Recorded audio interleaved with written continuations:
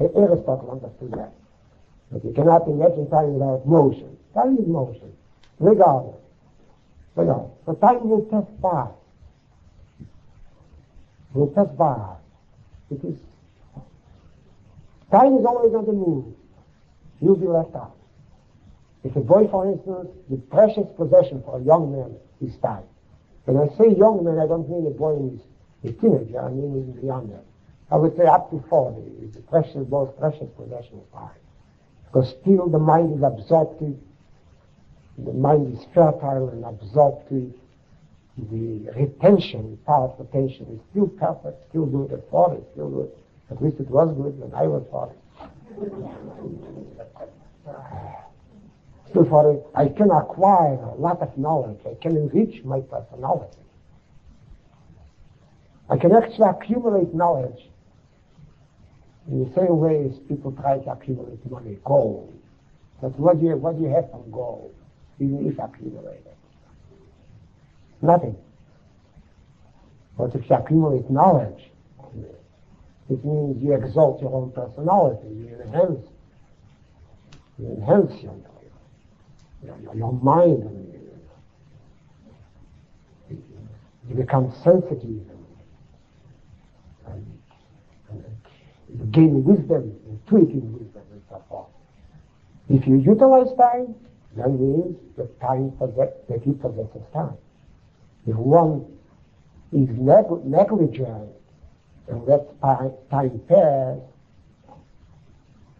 so it means he is possessed by time. Time owns him. He is actually, he's shaped and influenced by time, and simply it's waste. It's exactly it. It refers not only to individuals, to nations as well. The nations, take for instance a nation like China, an ancient nation, thousands of years. And actually, if you compare what China has accomplished in the last 10, 15 years, mechanically, scientifically, as far as prestige in the world is concerned, don't forget that in 1937, I don't remember the year exactly, Japan attacked China and invaded a large part of China. And China was completely powerless, couldn't defend itself. But then the United Nations, the League of Nations fell apart because of that. So it means that thousands of years were wasted. And take a country like America, how old is the United States? 200 years. What the United States has accomplished in 200 years is amazing. To me, it is a phenomenon which is almost borders on the miraculous. If you compare it with historical development, is usually slow and peaceful. And the giant steps America made in all fields, scientific field, technological field, and so forth, economic field, are amazing. America took hold of time.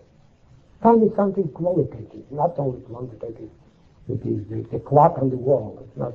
It is time is a qualitative. It's a great experience. Some people can get hold of time and harness time and direct time to a great goal. And some people are dragged along with this time. Youth passes, middle-aged passes. Before you realize you're all foolish and poor. Really. And by nature I was not lazy. I'm not a lazy person. I'm a diligent person. I don't try to brag. But now, looking backward, I feel sometimes that I wasted too much time. And I know what knowledge means to a person. And no person can appreciate knowledge as the old person. If knowledge is important to one, for the person, the middle-aged person, it's certainly important when a man reaches old age. Very important, because the whole world, the world of the old man, if he is ignorant, is a very bleak and dreary world. Very bleak. That's what Chazal say. Ziknei amoretz, Volksmann zum Askin, if a person is ignorant, the older it gets, the more ignorant it is. But Ziknei Talmidei Chachamim, scholars, intelligent persons have a store. We have stored up knowledge. We have a reserve of wisdom and knowledge. Their intelligence becomes more exalted. And it is true. The question now of the senior citizen. What is the question? You know what the question is? The senior citizen who has no pride, not speaking about the economic problem of senior citizen. I mean the psychological problem. Who has nothing to do. I mean, he has financial security, but he has no knowledge and doesn't know how to spend time. No, if you can't spend time properly, so he begins to think about his age, about death, and gets frightened.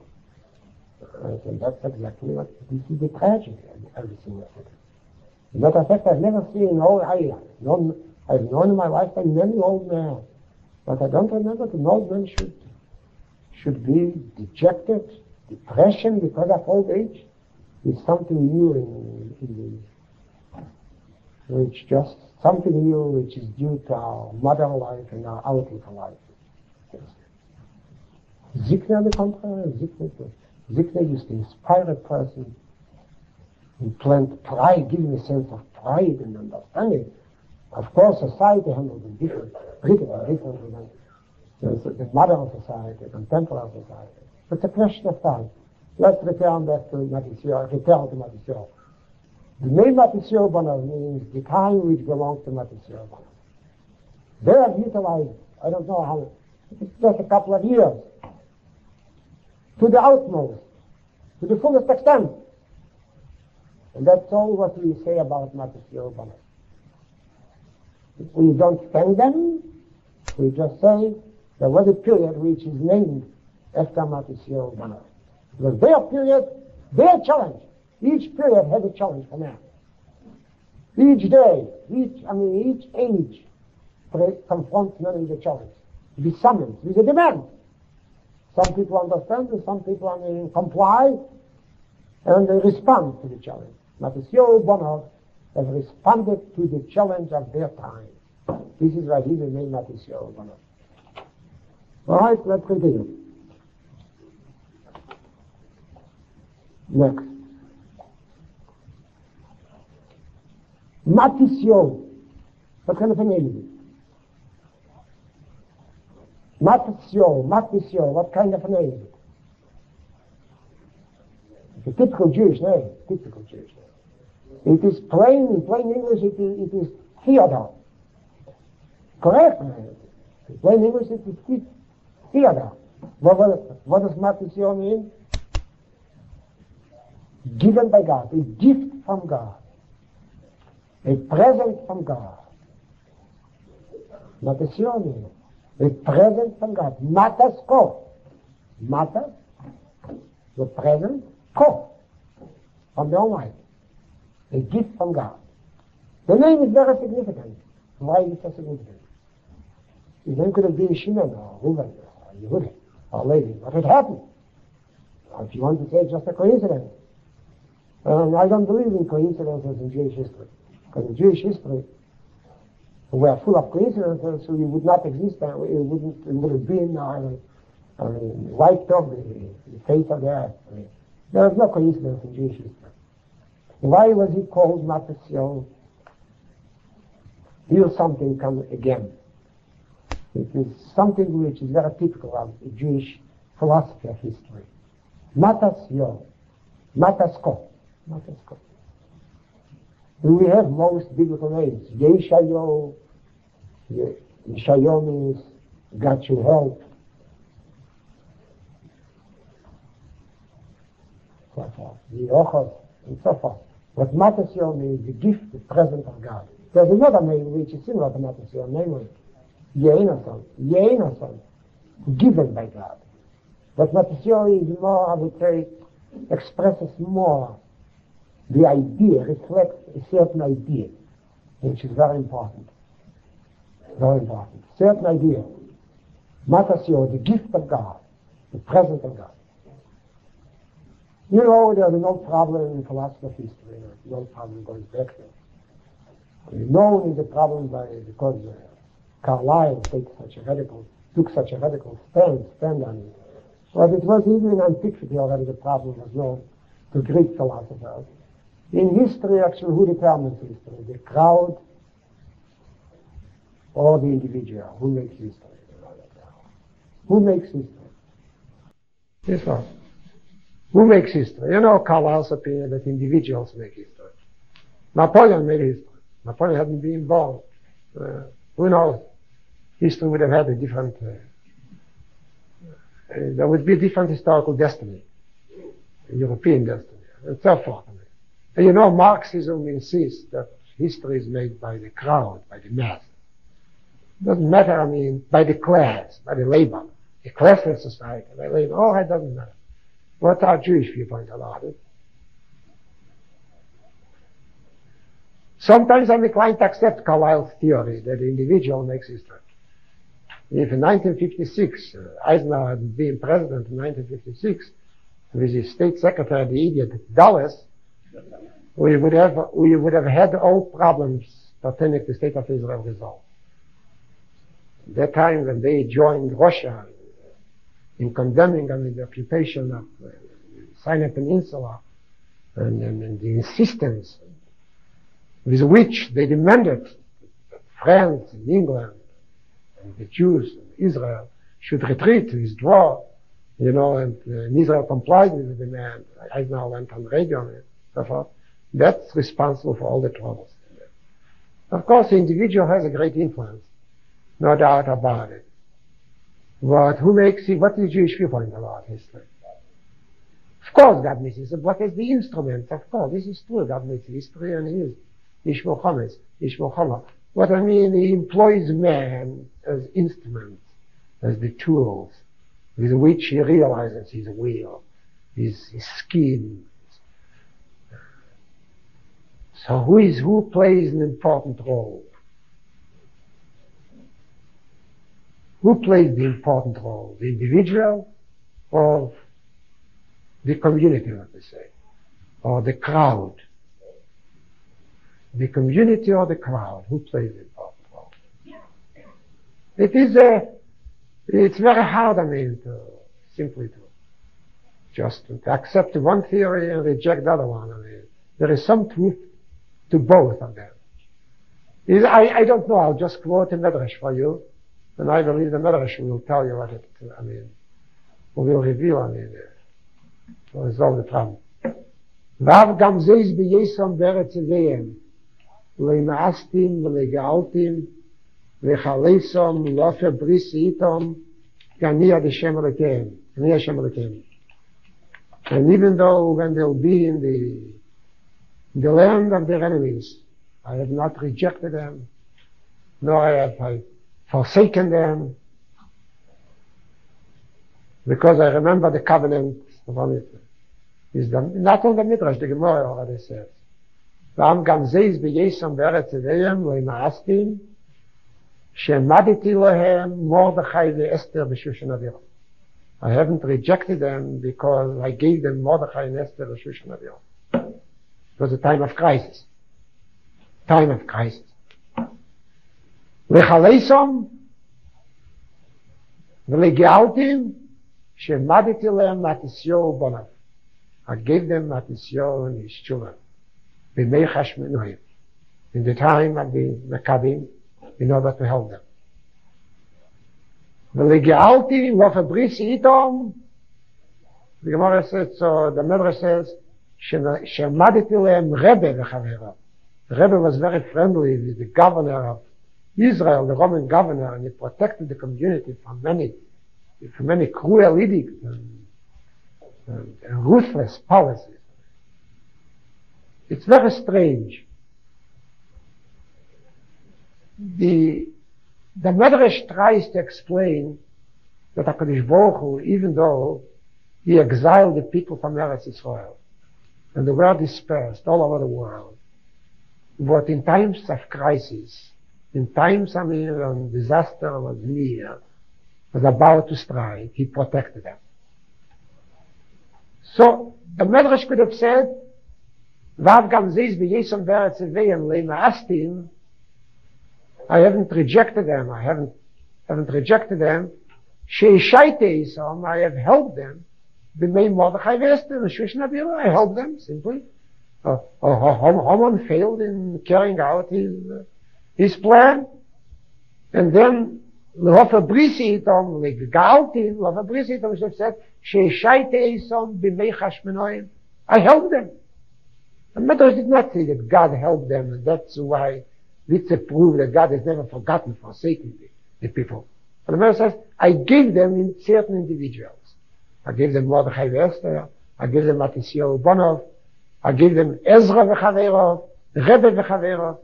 You see, what you derive from that Medrash is that it is the individual plays a very important role. It's not in conflict with what I said before, that later when the individual discharges his duty, he retreats into anonymity. But as long as the individual is necessary and his presence is indispensable, so the individual plays a great role here. And sometimes, for instance, if Mordechai had not been in Shushan Abirah, and Esther,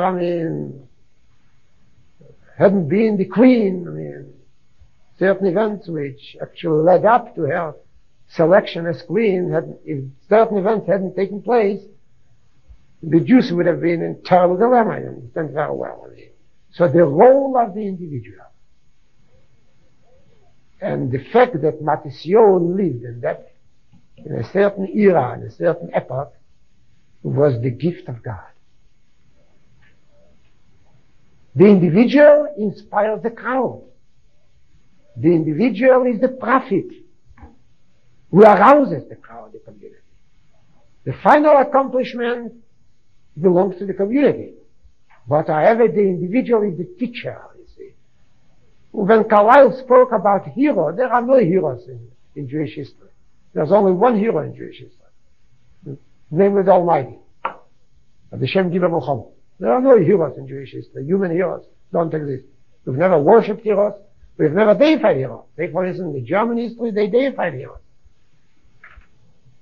And the same is true in Greek mythology. They deified heroes. The Jew has never deified any hero.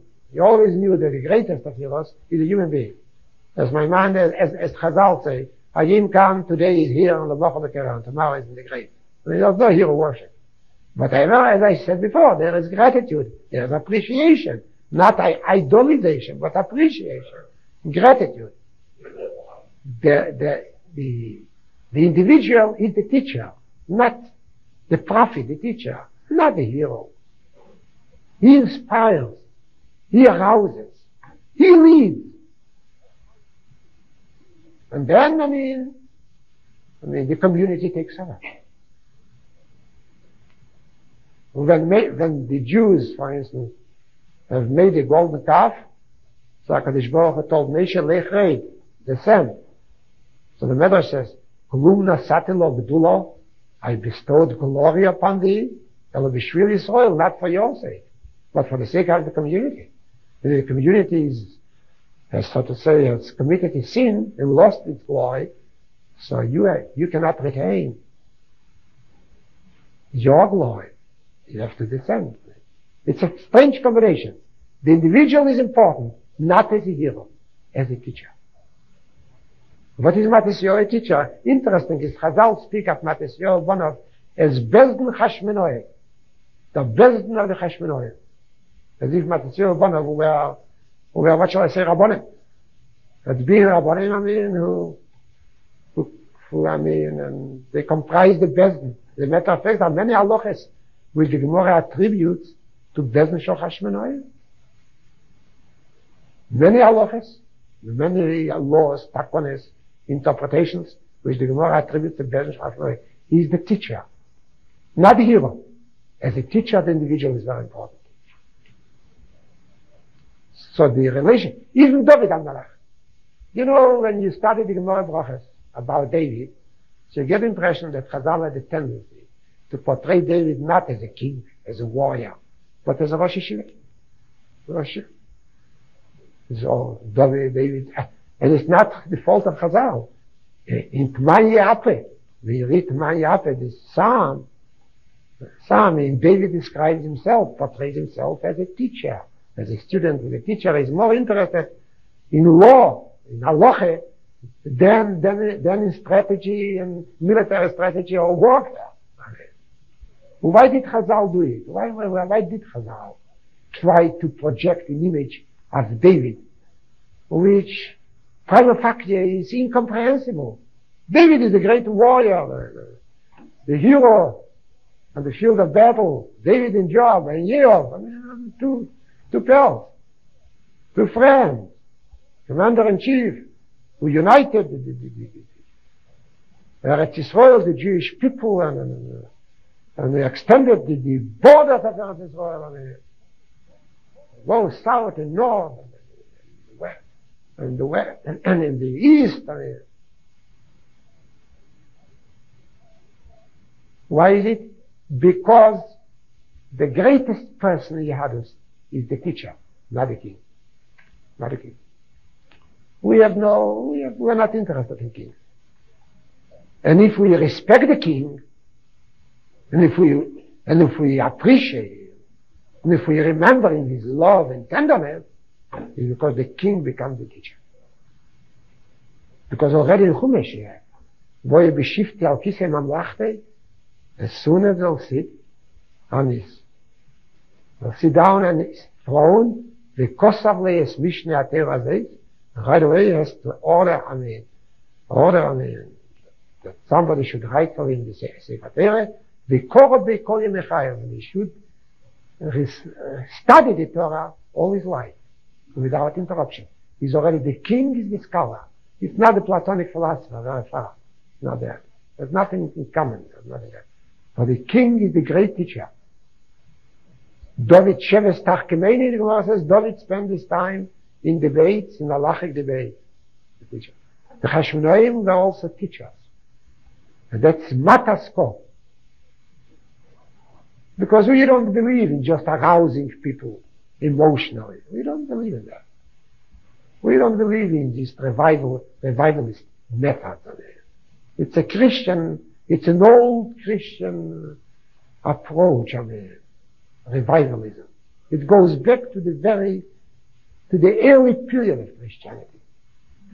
They never taught anybody. Christians, they never taught anybody. They tried to indoctrinate, to brainwash, to inspire by performing miracles and whatnot.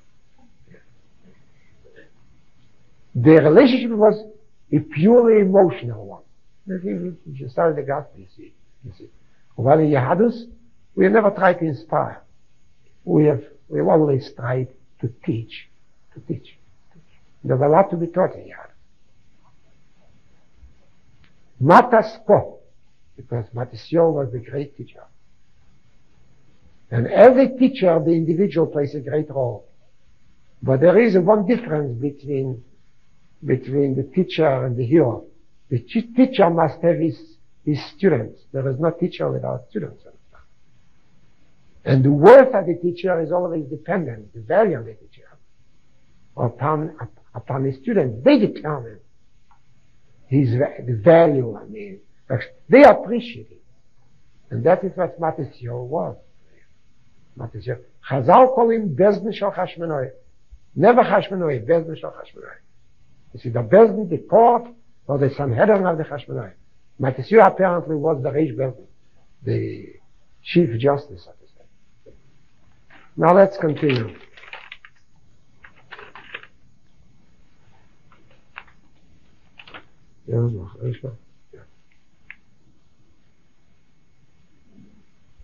Yeah.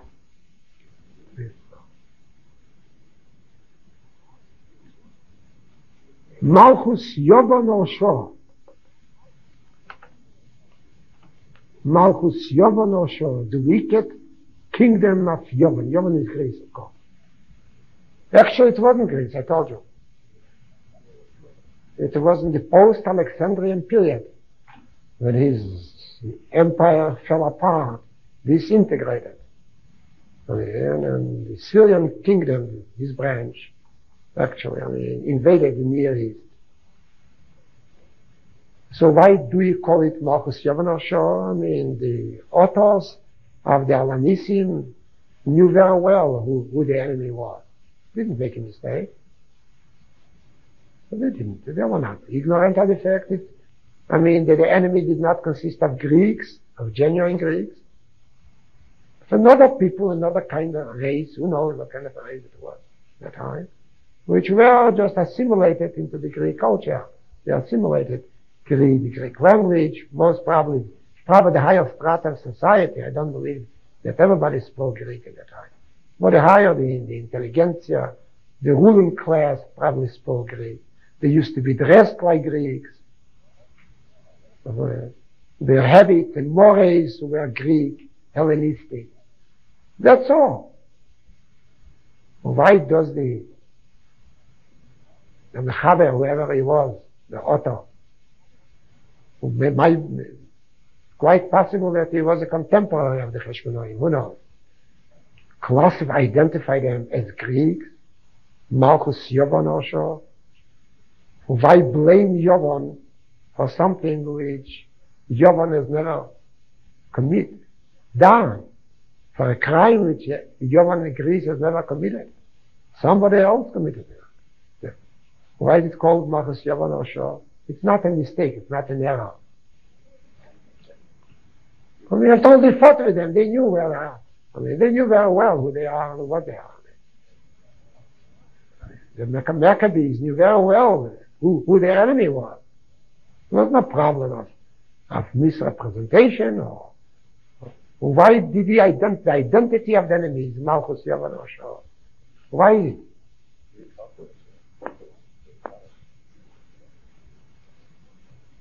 Basically, what happened at that time? What happened? What was new in history, in Jewish history, in the pre-Maccabean period? I don't mean pre-Maccabean, before the war broke out. What was? Something strange happened. It was the first time the Jewish history was confronted with something new. With something new, with a new phenomenon. With something which simply the contemporaries of Matisyahu couldn't understand. It was a new experience, a strange alien experience. What happened? The first time in Jewish annals, then it occurred and reoccurred quite frequently. What was new? No. Night of observance only happened during Kachov's time and the whole Tanakh is no. Religious persecution.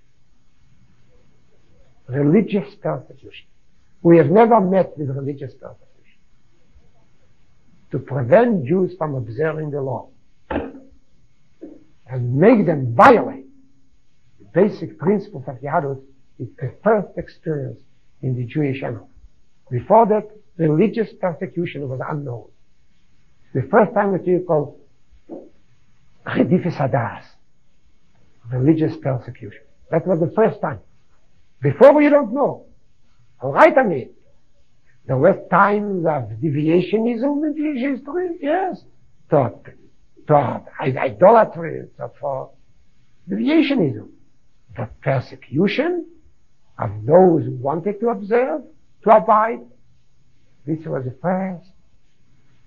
first experience with which our people met in the pre-Maccabean period. There was no religious persecution in Jewish annals before that. The first time. And basically many laws pertaining to Kiddush Hashem and Pekuach Nefesh.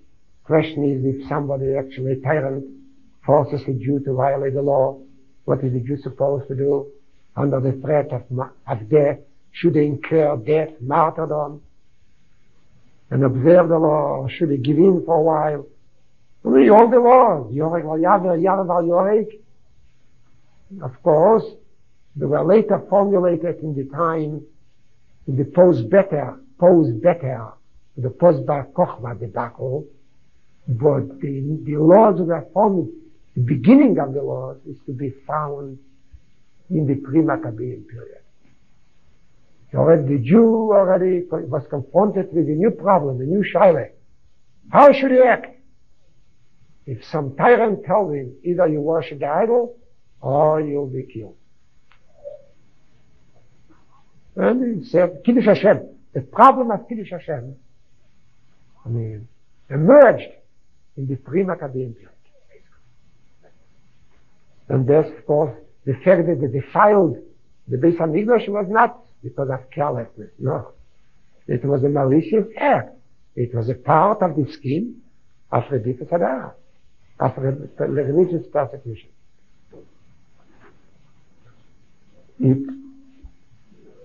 Yes. Now, what was it due to? Why? Responsible for it is Greek. Is the Greek culture.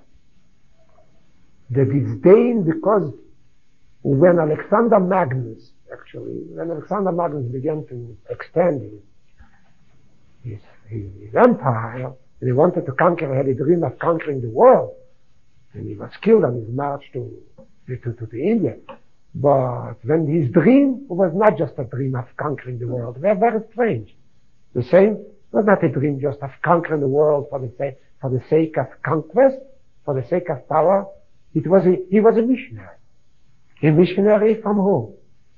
For Greek culture. To bring the Greek message or the Greek gospel to every primitive barbarian tribe or nation. And the whole world consists of barbarians. So the whole world was, divided into two sects, into two groups. The Hellenes and the barbarians. And his job was to civilize the world. As the British Empire later tried to do it. Yeah. The British Empire, also Germany, not during Hitler's time, but in 1914, the First World War, when Germany declared war on England and France and Russia, it also was imbued with the spirit, with the missionary spirit, to bring the German culture, the Deutsche culture, to all barbarian people. Yeah. Who is barbarian, whoever is not a German and does not wear a uniform of the Reichswehr. This was Alexander movement. And that exactly, when the people develops a fixation of mission, there's one exception to that rule. The Jew, now I'll explain to you why. When the people develop, the idea of mission, that I have to conquer the world in order to civilize it, or in order to raise mankind in a state of barbarity and primitiveness to that of civilization and culture, religious persecution is inevitable. Because the barbarians don't want to be taught. And the barbarians think that their moral code, is just as good as that of Plato and Aristotle. I don't forget, Aristotle was the teacher of Alexander Magnus. You see. And that their morality is as high as that of the cultured and sophisticated Greeks. So when you begin, they refuse to accept the moral code, the gospel which is offered by the Greeks. So once they refuse to accept the moral code, the gospel which is offered by the Greeks, so what is the result? Persecution. You try to enforce it. You try to impose it. And that leads to persecution. That was true with regard to Christianity too. Christianity is also a missionary religion. We are not a missionary religion. We don't want to bring our Bible to the entire world. We have never tried. On the contrary, we are reluctant to accept gearing. You know what's going on out this world now. If someone would come to the priest, he wants to convert to Christianity. He would do it immediately. But on the contrary, they are trying to snatch souls as many as possible. But here comes the gears, the Rabbi in Yisrael, they say, come back in a year and 2 years. Alright, that's what we do. The Jew in Christ in Yisrael, the Rabbi are machmirim as far as conversion is concerned. We are reluctant to accept gearing. We are reluctant. For many reasons. Anyway. Yes. We have never been a missionary. We got it here for ourselves. We don't want to sell it to anybody else. No export business. We don't want to raise the mankind from primitiveness to an exalted position of humanity. We are not missionaries. Had we been missionaries, we could have captured the world, you know. Had we been missionaries. So Rome, when Rome was about to shake off idolatry, during the twilight period of Rome, and there are hundreds and hundreds of aristocratic families which converted to Judaism.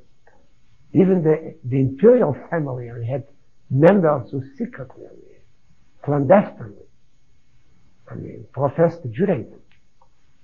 If we were a missionary people, we would have proselytized Rome, not the Christians. And if we had proselytized Rome, you know what would have happened? So Europe would have been Jewish. I always think about it, what image, what the kind of Judaism which would have evolved if actually we had, converted Rome to Judaism. Perhaps the whole world would be a different one. Perhaps the destiny of mankind would be different. I don't know. But we were not a missionary people. That there is no religious persecution now. I know they started to should be the persecutor and force other people. On the contrary, the Rambam says, you cannot tell a non-Jew to observe Jewish law because the Jewish law was given to the Jew. He has no right to impose it. All you can demand from other people is to observe the seven mitzvahs. Seven mitzvahs are the foundation of civilized life. Against idolatry, murder, incest. The requirement for a civil code, for civilized life, there should be justice, that's all. Because we are not a missionary people. And then we could have captured the East, the Orient. It was before Muhammad came. Also, the Arab tribes, the many Arab tribes, which were primitive idolaters, pagans, began to doubt the worth and the value of their polytheistic religion. And there were many converts to Judaism already in Arabia. As a matter of fact, in Medina there were many. And Muhammad's anti-Semitism was due to the fact that the Jews opposed it. If the Jews had been more dynamic, more mission conscious, and more aggressive and bolder, they would have converted all Arabs to Judaism. Again, I'm asking,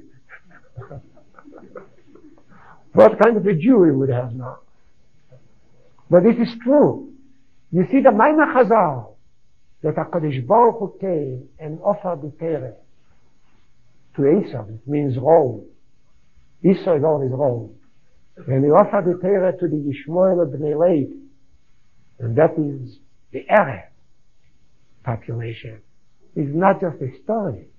It's not just a story, it is history. There was a time when there was a distinct possibility to convert Esau, means Rome, to Judaism. And by converting Esau to Judaism, we would have conquered the European continent. Because Rome was the center of civilization and culture. But somehow we have not succeeded. And the reason is because we are not missionaries. There's a lack of aggressiveness on our part. We are not bold. We are more inner directed, introspective as a group. And we are not interested in the world. So we are now 14 million people. That's all. It could have been 500 million.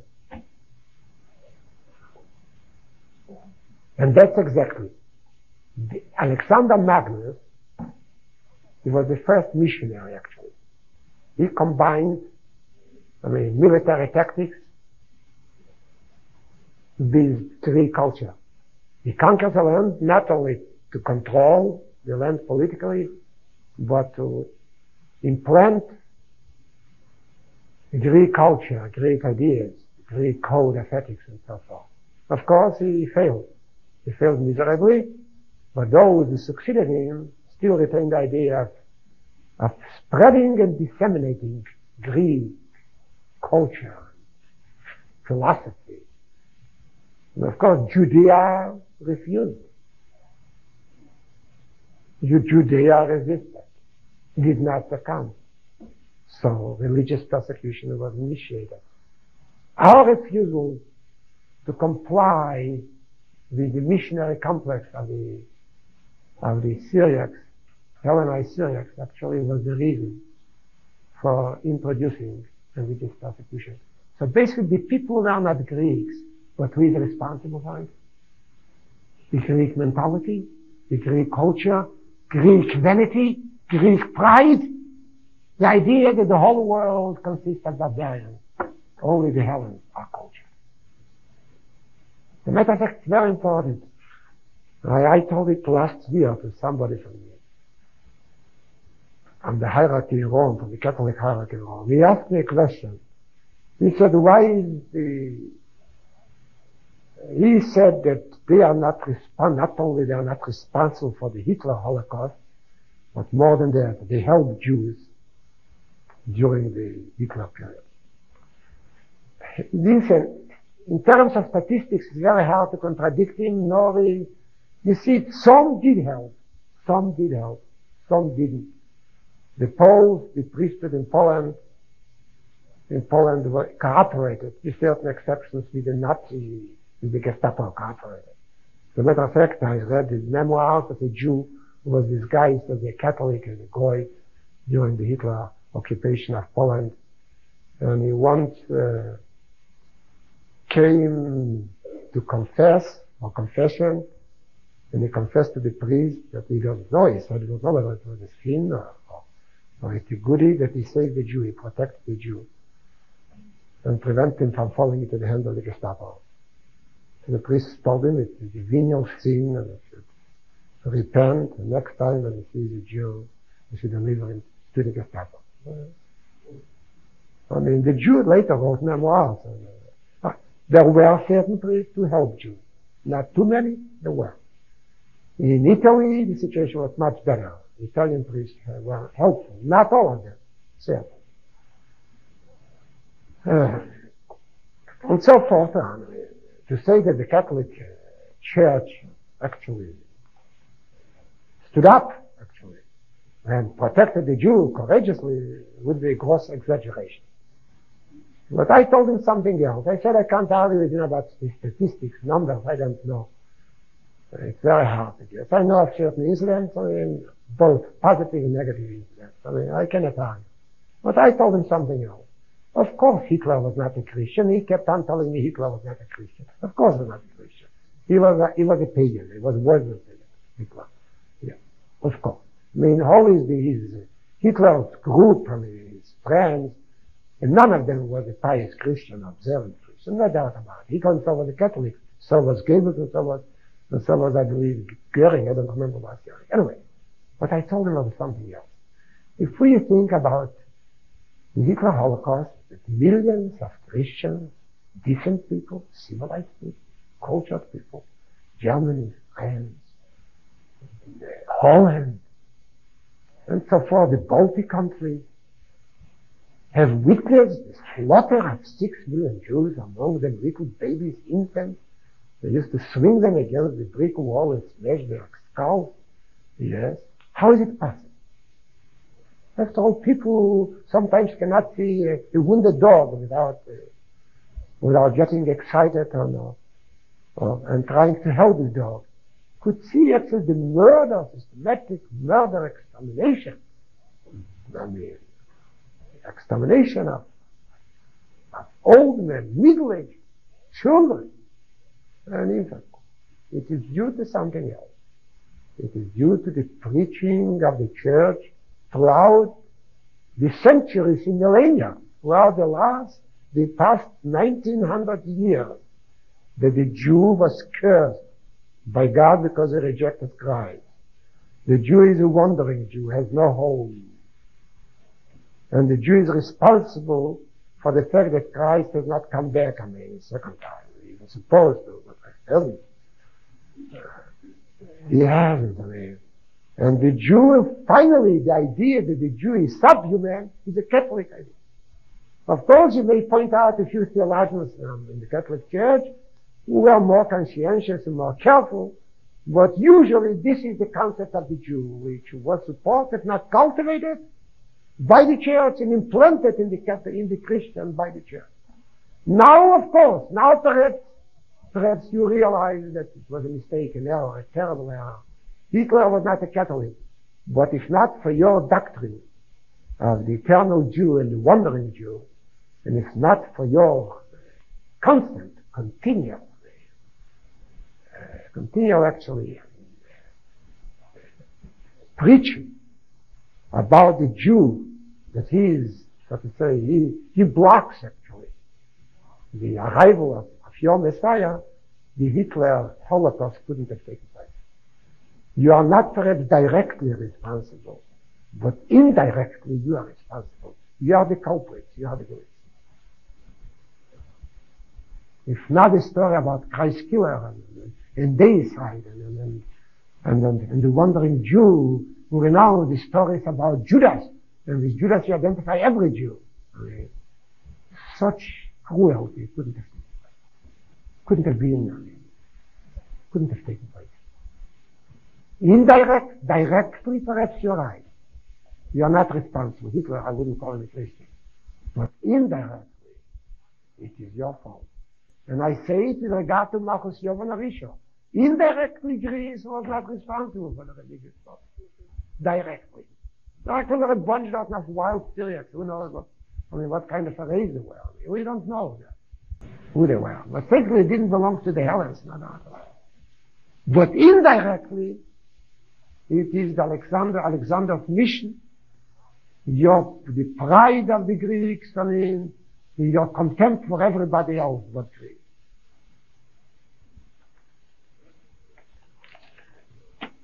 Keshe'omdo Malchus Yavan Haresho'oh Amcha Yisrael. What means Keshe'omdo? What means Keshe'omdo? Well, let's move on. What does it mean Keshe'omdo? Keshe'omdo Malchus Yavan Haresho'oh Amcha Yisrael. What does it mean Keshe'omdo? What do you say? What? No, but plain literal, I think, Keshe'omdo Malchus Yavan. Rose up. To what? Why do you have to rise? There's no need to rise. What do you mean, Keshe'omdo Malchus Yavan Haresho'oh? Of course, literally means Keshe'omdo rose against thy people. When the wicked Greece or Greek kingdom rose against thy people, yes. But what Keshe'omdo? What does Keshe'omdo mean? There were many terms which could have been used. Keshe'omdo means determination. Not just a decision. A decision sometimes something you carry out, and sometimes you renege. You change your mind. What if there is a determination that it's got to be done? And that's a major objective of mine. You say Keshe'omdo. For instance, for Hitler, I want you to understand, for Hitler, anti-Semitism was not a secondary policy or some a peripheral approach. No, a peripheral philosophy. This was the major objective in the whole philosophy, in the wicked philosophy of Nazism, is the destruction of the Jew was a major objective. As for instance, atheism is Marxism. We don't understand it. Why is it necessary for Marxism and socialism to adopt an atheist philosophy? But I don't know. It's a different problem. I don't know. But atheism in Marxism and communism is not just incidental, a peripheral doctrine. No.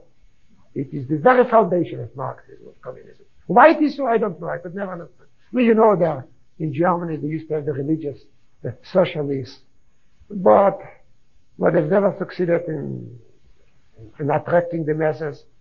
Usually, the communist socialist society is an atheist society. And to them, atheism is actually a religion itself.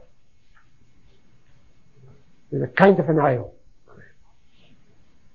And it means to the Malchus Yavan Haresho'oh, whoever it was, It was the religious persecution or the destruction of Jewish identity was not just incidental.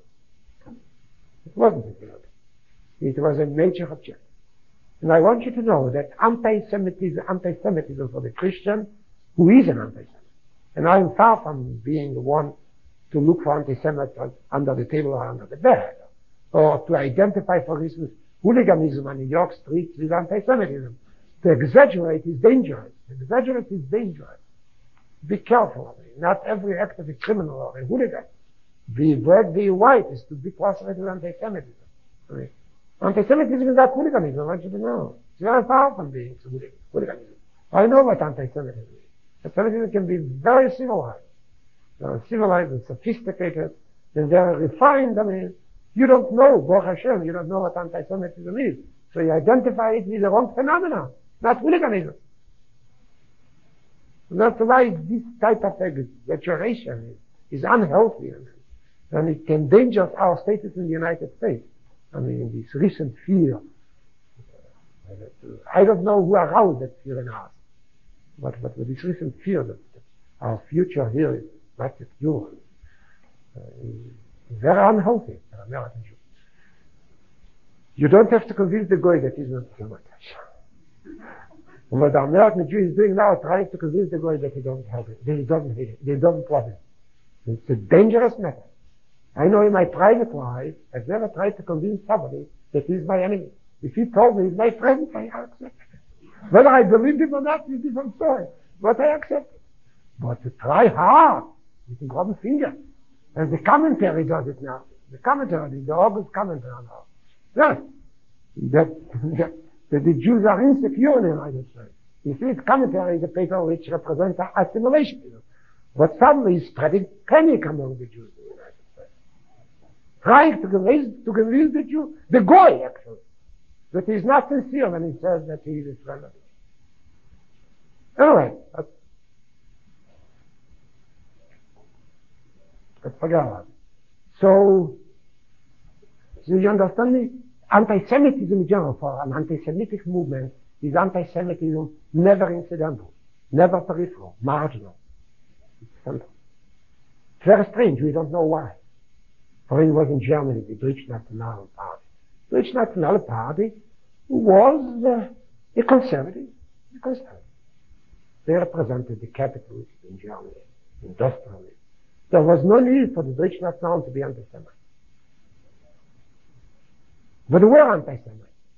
And anti-Semitism was the central, what shall I say, the central idea in their, so to say, political world outlook, political philosophy. And that's exactly, Keshe'omdo Malchus Yavan, it means determination. It means centrality. Not just incidental. Malchus Yavan had many problems. But one of the problems was, the subjugation of the spirit of the proud Judeans who did not want to surrender to the Greek culture. No, it was not. Keshe'omdo, all the deeds, all the thought, everything was directed just toward one ultimate goal, namely to subjugate the Jew. This is the word Keshe'omdo. Determined, relentless, inconsiderate.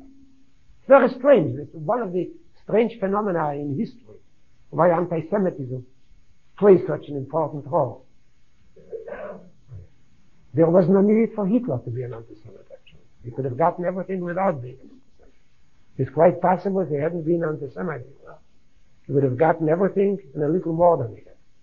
Because he might have won the war. Driving out the Jewish scientists of Germany. He could have gotten the atomic bomb before America. It's quite possible. Anti-Semitism actually is responsible for Hitler's downfall. Of course, he fell before the atomic bomb was invented. It was manufactured, produced. But he could have gotten it. He could have. It's quite possible. But this is Keshe'omdo Malchus Yavan. Amcha Yisrael. What does it mean, Amcha Yisrael? Two plain words don't require any interpretation. Amcha Yisrael. where they have the same expression, where does the same expression recur? The comes to what satisfying. Where does the same expression Amcha Yisrael recur? Yeah. Chotu avu posher lefanecha Amcha Yisrael. Kapano lechatoim velavenis velapshoim sheposhu v'shechotu she'ovu lefanecha. V'shechotu she'ovu sheposhu lefanecha Amcha Yisrael. What does Amcha Yisrael mean? Of course, that people Israel. Of course, yeah. What does Amcha mean? Umika Amcha Yisrael ge'echad b'oret. Also here, there is emphasis. Keshe'omdo Malchus Yavan Haresho'oh alam Yisrael. They don't say alam Yisrael. They say alam Yisrael. We could have said Keshe'omdo Malchus Yavan Haresho'oh al Yisrael. It's happened. Or Keshe'omdo Malchus Yavan Haresho'oh alamcha. Or alam Yisrael. No. None of those terms was chosen. The proper expression apparently is alamcha Yisrael. What does Amcha Yisrael express? Yes. This is correct. This is the Ramban says so in Azinu. That the hatred of the Jew is not because the enemy does not like the Jew, due to some physiological traits or physiognomy. He doesn't like the nose or the color of the eyes or the hair of the Jew. The Jew is committed. The Ramban says it Nazir. Because the Jew is committed to God. So basically, the enemy of the Jew is the enemy of God. It's not only the Ramban. Chazal says, Kumu ad Hashem v'yefutzu yizecho v'yenusu misanecho mipanecho. Who are the enemies of God? I mean, what do you mean speak an enemy of God? What can the enemy do to God? So Rashi right there in Bamidbar says, Zeu Eleim Oseinu Yisrael. Kol Oseinu Yisrael, Nikro Oseinu Shel HaKadosh Baruch Hu. They're correct. But there is something else to it. That's it. Amcha means we belong to thee. Amcha is a possessive noun, you know very well. We belong to thee. We belong to thee even while we go astray and deviate from the righteous path. We are still committed to thee, but even when we are guilty of certain offenses and of certain sins.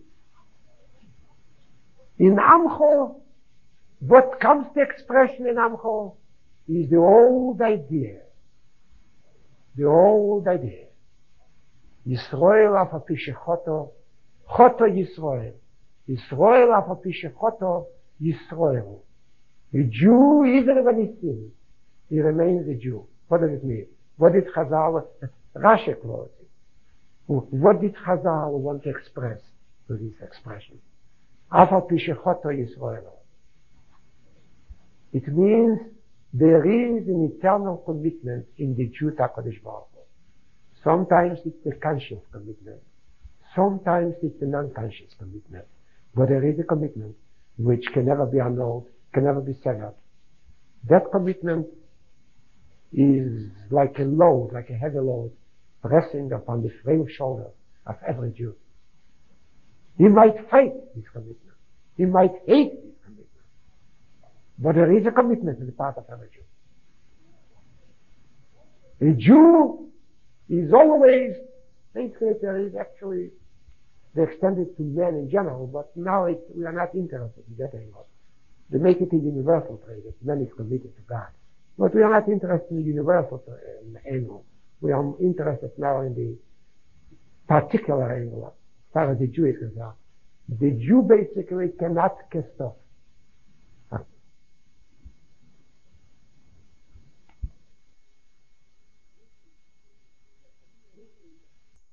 It will completely, strip him of his inner joy and glory. He loses spiritual personality. Chabad call it Havu Ativis. the natural love for God that the Jew possesses. Whether he was trained or he wasn't trained, whether he wants to love God or he doesn't want, there is a natural instinctual drive, urge to find God in the Jew. Many Jews who walk straight to that ultimate goal move in the right direction. Some Jews are searching for God, but they move in their search, they move in the opposite direction. Of course, they are lost sheep. Well, this is the natural, spontaneous drive in man, urge in man for God. But it comes to expression, there's more vigor in the Jew. This is Amcha. We belong to there is no way how you can free ourselves from the Amcha Yisrael. As a matter of fact, I'll tell you frankly, some people may think it is just a beautiful idea, but it's practically not correct. And many times I thought so. I began to think to somehow to approach this idea of avotivis or Amcha. It means compulsory belonging on the part of the Jew to God. Willy-nilly he belongs to it.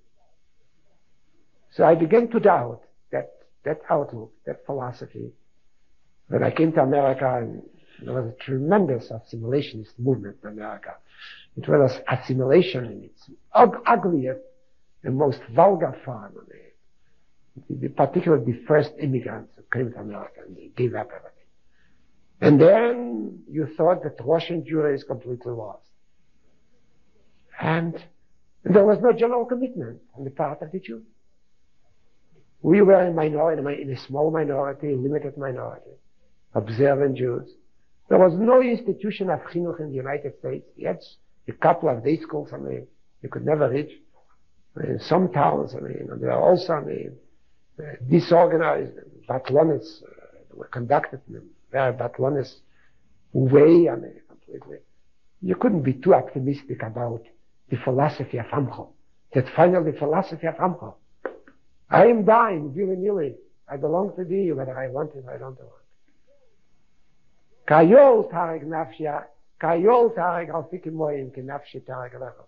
I'm like the gazelle who is thirsty for water. So I'm thirsty for God. It means spontaneously, instinctually. I began to doubt whether it is true or not, even though it's a basic concept in Yahadis. It doesn't go back to Chazal. Chazal developed it beautifully, particularly the Tanya, the Likkutei Torah.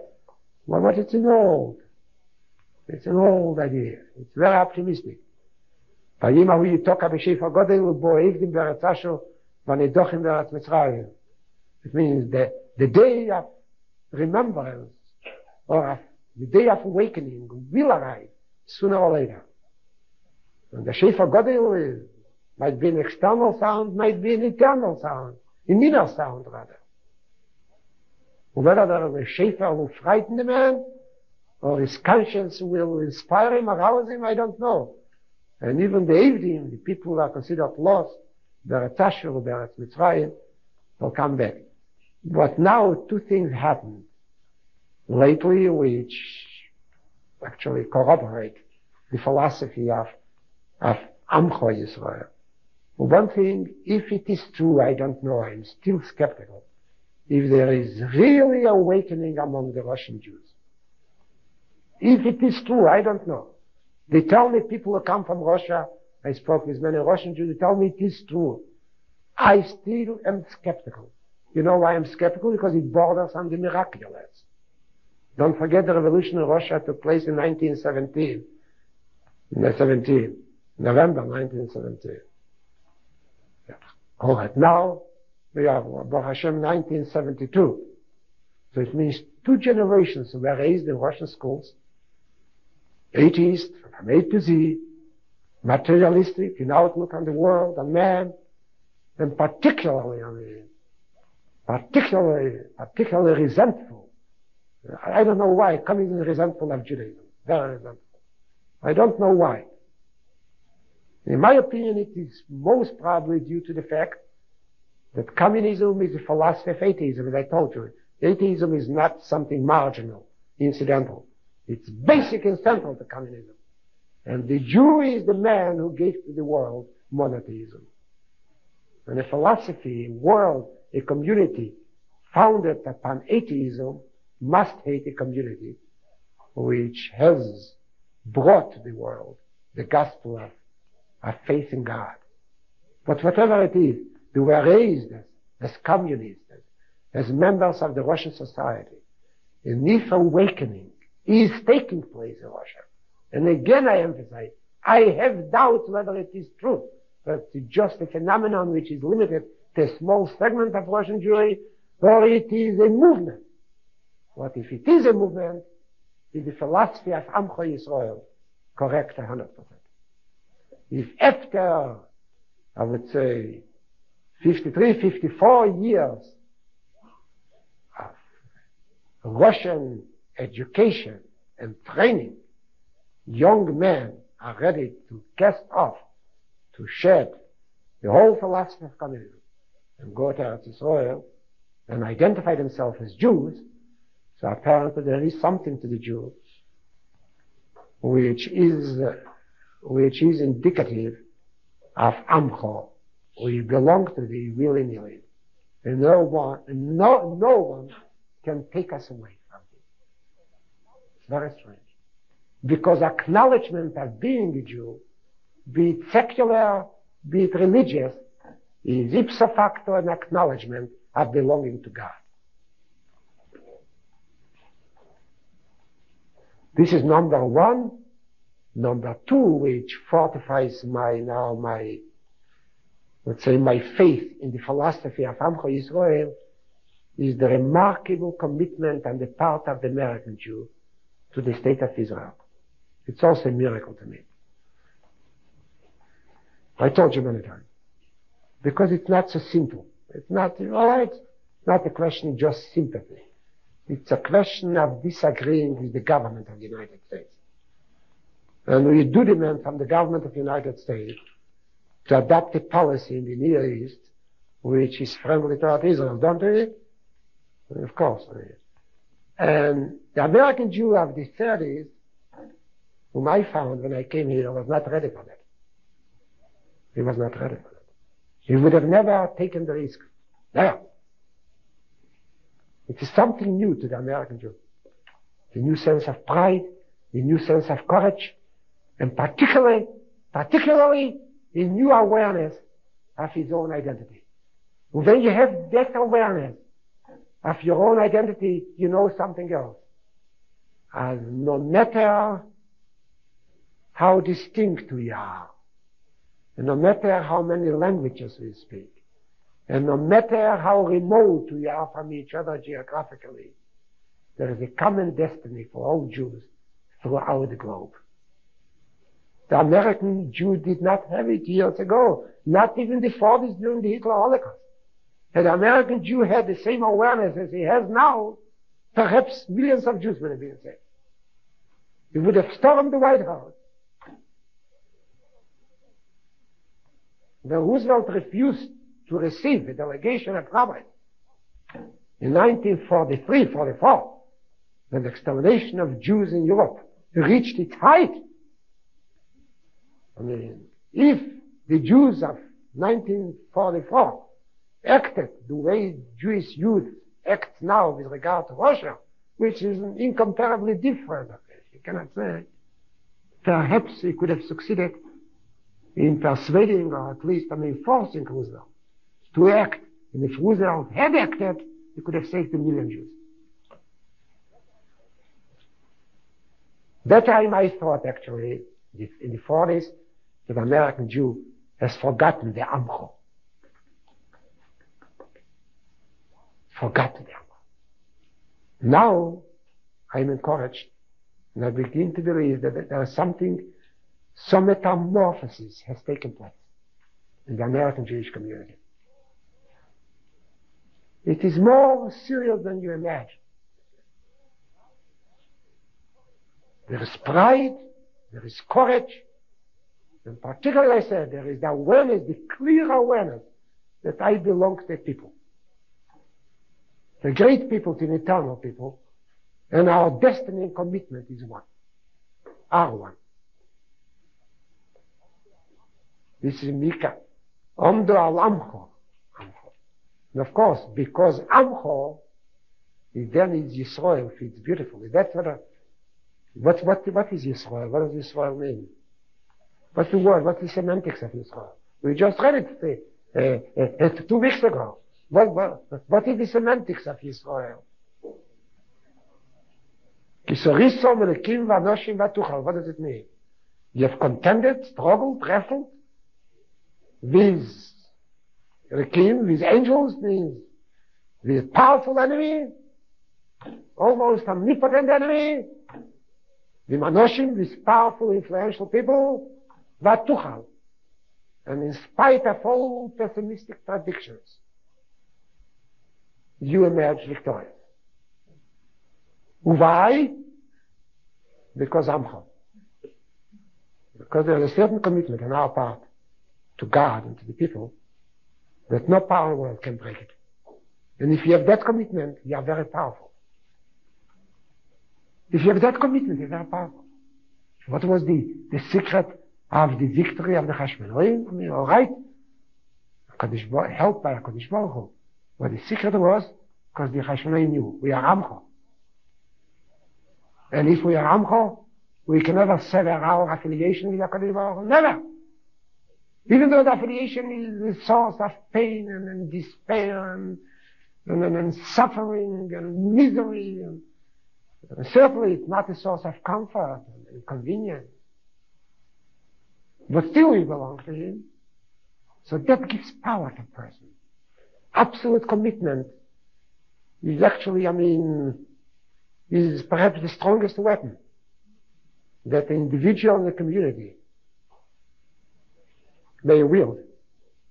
Because we are Amcha, we are Yisrael. We contend with many, and we prevail. After all,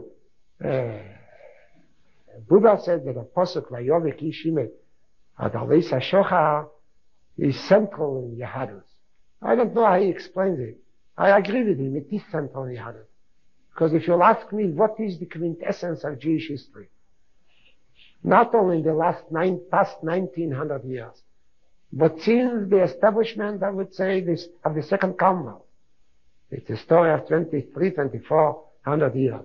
What is actually, if you want to characterize Jewish history, the motto of Jewish history? What is? What is common to all ages and to all eras? What is it? That verse. Vayehi Ishime Adalei Shocha. We are always in opposition to something, or rather, somebody or something is in opposition to us. What it is? The issues, there is a number of issues. There was an issue during the Second Commonwealth. It was the issue of Shabbos. The institution of Shabbos was disliked by the Greeks. Very disliked by the Romans and Greeks. The Bris Hamikdash. There was a story circulated in the Near East, that the Jews have in the Holy of the Holiest, in the sanctuary, in the Kodesh HaKodashim, the head of a donkey, which is worshipped every Yom Kippur when the archpriest enters the Kodesh HaKodashim. Of course, it was such a Alilas Adam. It was, you see, Lashon Hora is a potent weapon.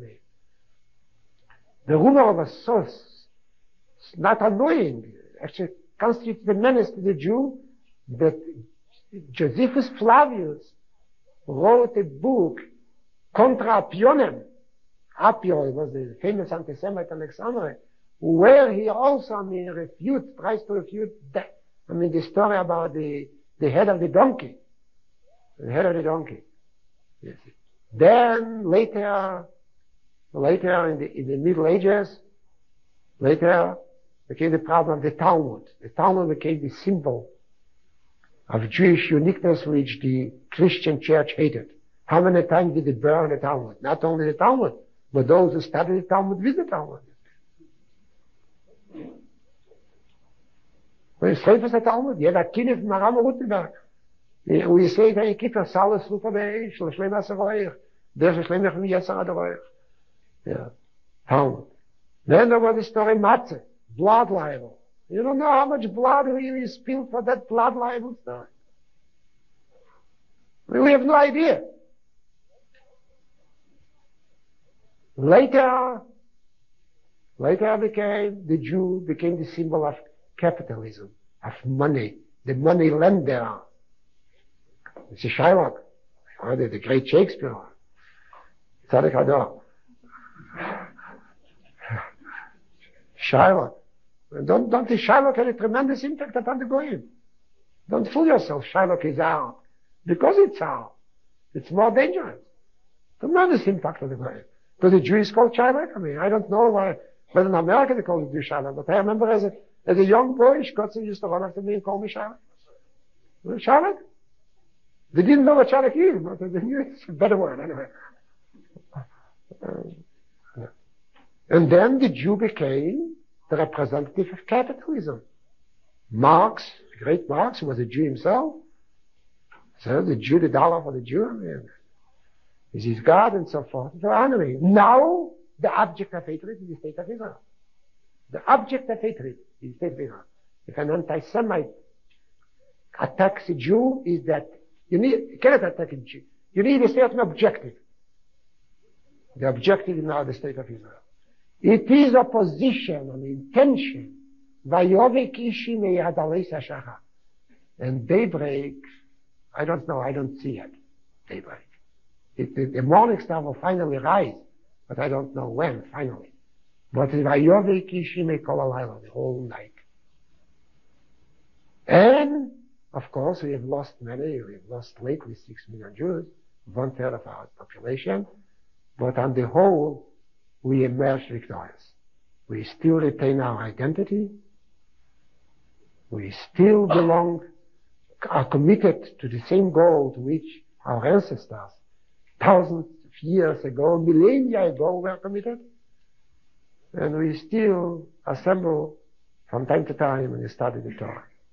This is Keshe'omdo, Malchus Yavan, Haresho'oh, Alamcho, which will never sever its affiliation with the Almighty, and who emerged victorious many times from all engagement. So the foolish Malchus Yavan thought, as Brezhnev thinks now, that it's possible to erase that identity. It was a mistake then, it's a mistake now too.